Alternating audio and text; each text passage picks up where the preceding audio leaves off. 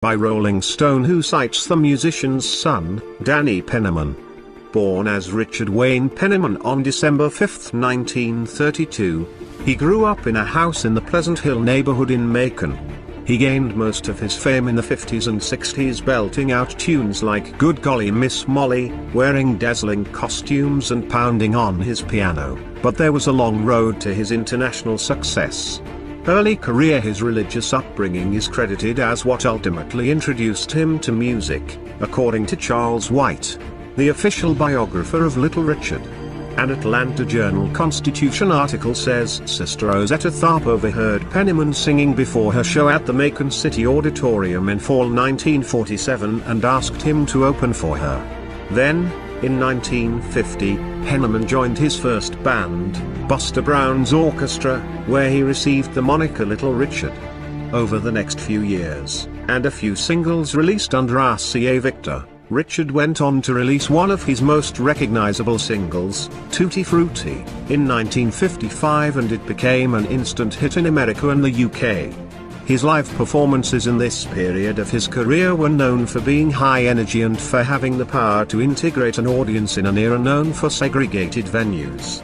Richard relocated to California after the release of Tutti Frutti and then ventured in gospel music in the 1960s.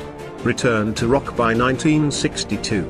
He was opening for the Beatles and the Rolling Stones, and in 1964, made his full return to rock and roll music. That same year, Jimi Hendrix joined Richard's band, leading to the R&B hit, I Don't Know What You've Got, But It's Got Me. Later that decade, he successfully booked residencies in Las Vegas, major music festivals and talk shows, sparking a renewed interest in his music, which culminated in the release of single Freedom Blues. Later career. In 1984, he was inducted into the Georgia Music Hall of Fame and then into the Rock and Roll Hall of Fame in 1986 in its first class of inductees. Though he never won a competitive Grammy, he did receive the Grammy Lifetime Achievement Award in 1993, 1 year after releasing his final studio album. Impact. The music he released throughout the 1950s and 60s had an indelible influence on other famous Georgia musicians like Otis Redding and James Brown, with Redding starting his professional career in Little Richard's band, The Upsetters. Bob Dylan also first performed covers of Penniman's songs in high school, and Jimi Hendrix was quoted as saying, "I want to do with my guitar what Little Richard does with his voice."